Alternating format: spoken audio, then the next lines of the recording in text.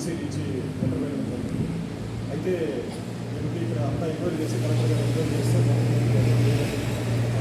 చుట్టుపక్కల health issues స్టేట్కి అంటే కువైట్ నుంచి ఎంబసీ నుంచి మన లెటర్ పెట్టి మన కంట్రీకి పంపించడం జరిగింది. తర్వాత కలెక్టర్ గారు మన ఐసీడీఎస్పీ గారికి ఎండార్స్ చేసిన తర్వాత ఆమెకి కావాల్సినటువంటి ట్రీట్మెంట్ ఇప్పించి కేర్ టేకర్స్ని అరేంజ్ చేయమంటే గత 10 రోజుల పైన అయింది. ఈమెకి కేర్ టేకర్స్ని అరేంజ్ చేసి గవర్నమెంట్ జనరల్ హాస్పిటల్ తీసుకురావడం ట్రీట్మెంట్ అన్ని కంప్లీట్ చేయడం జరిగింది.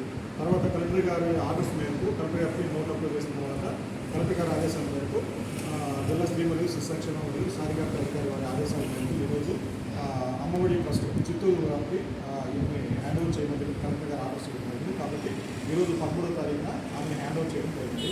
ధన్యవాదాలు సార్, మీకు మంచి సర్వీసెస్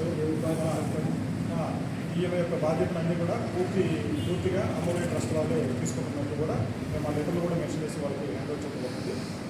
అదేవిధంగా మీకు చాలా ధన్యవాదాలు సార్, దీన్ని కంప్లీట్గా హ్యాండ్ ఓవర్ చేసుకున్నందుకు.